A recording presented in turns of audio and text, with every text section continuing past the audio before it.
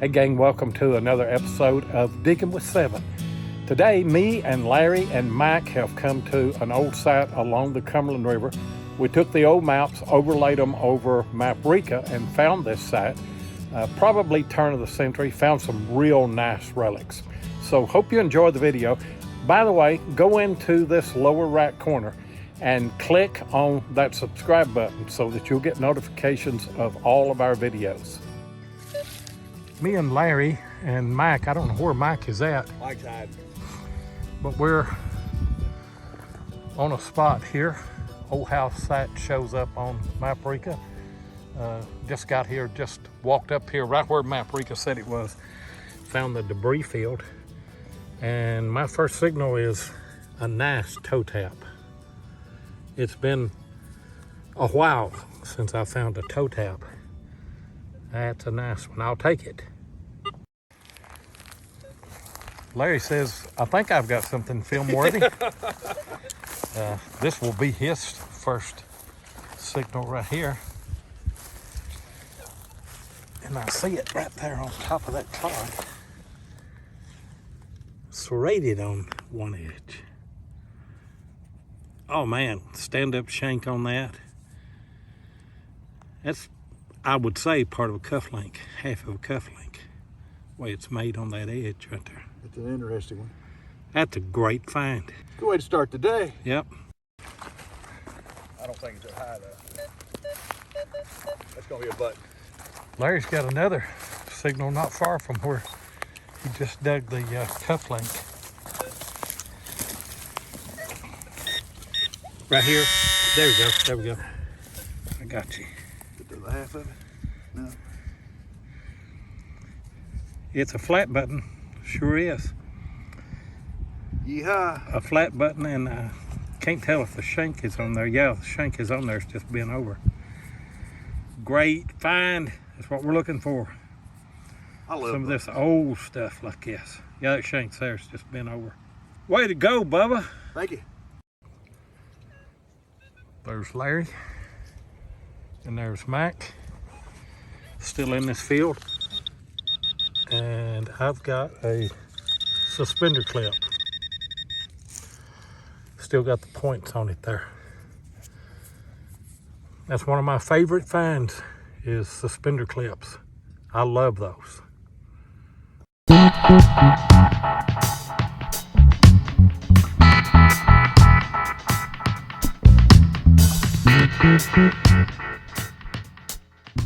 I doubt anybody knows for sure how many different types of brass suspender clips or clasp that there are.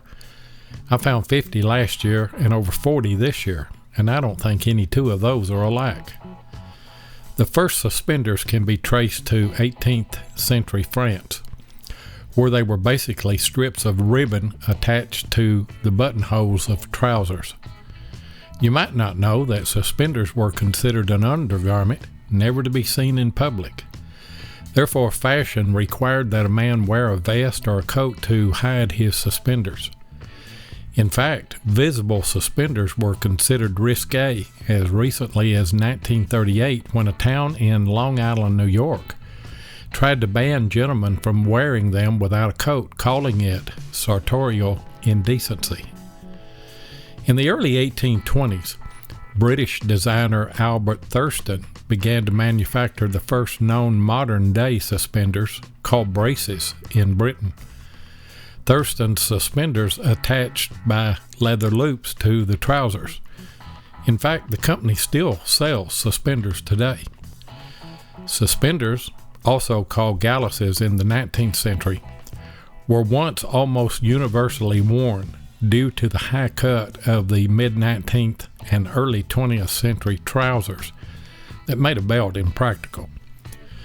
Metal clasps were invented in 1894 so that the suspenders could be clipped on rather than buttoned, meaning that pants no longer had to come with buttons sewn in the waist as they had been.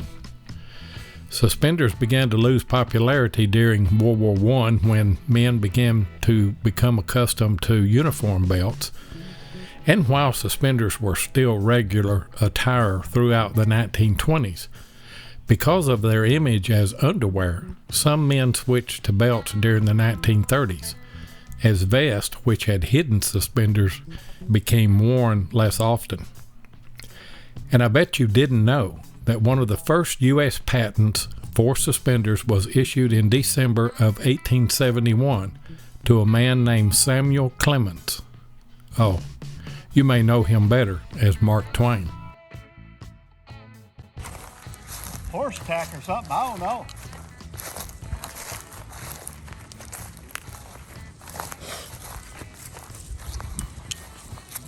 It's a rosette, ain't it? Of some fashion.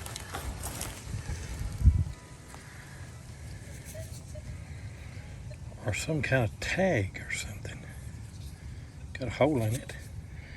Let us get this brushed off and we'll be right back. We got it cleaned up. We don't see any markings at all on it. It registers 7071. But it's got 2 holes on each side. It's a tag off of something. Don't know what. It is pretty. But it's pretty. Mike said, I'll take it. I'll take it. Still up on this old house site that's right in here. And I'm a happy, happy man because I found me another suspender clip. Check that one out. That's a beauty there. I'm in 7th heaven. I'm not sure what this is. It's brass. I thought it was going to be a overall button of some kind, but it's not. It's a little flange off of something. Not sure what that is. Here's one here, in situ, still in the clod. It's going to be what I think is another suspender clip. Nice. I've never found one exactly like that, but that's the way it is with suspender clips. You never know what you're going to find. Mike's searching for a signal right there in front of me. It says a scratchy 80. This is a good clean signal right here. It is an old pocket knife. Doesn't have any handles. May have never had handles on it. I doubt that it did because it's got those lines right there. Good find. See what Mike's got over here before wind starts blowing again.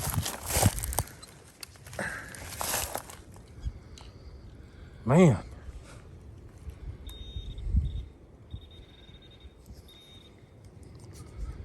That is a knife blade. That thing's been sharpened a few times, ain't it? Handle would have come out on this end right here. That knife you found got the blades in it? Yeah. Maybe I found one. No. This here's too big. Too big for one. Good find. What I love about the AT Pro is that you get the good iron signals as well as the good non-ferrous stuff. This rang up really, really strong and clear. And it's an old iron. The handle is gone off of it there. Bunch of old clothes were ironed with that back in the day.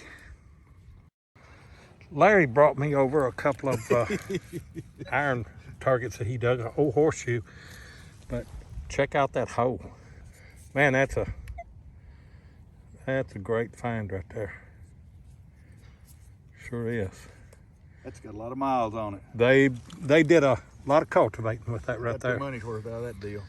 Anyway, a couple of good old iron relics right there. Trying to get out of the wind. I don't know if I'm doing a good job of it or not.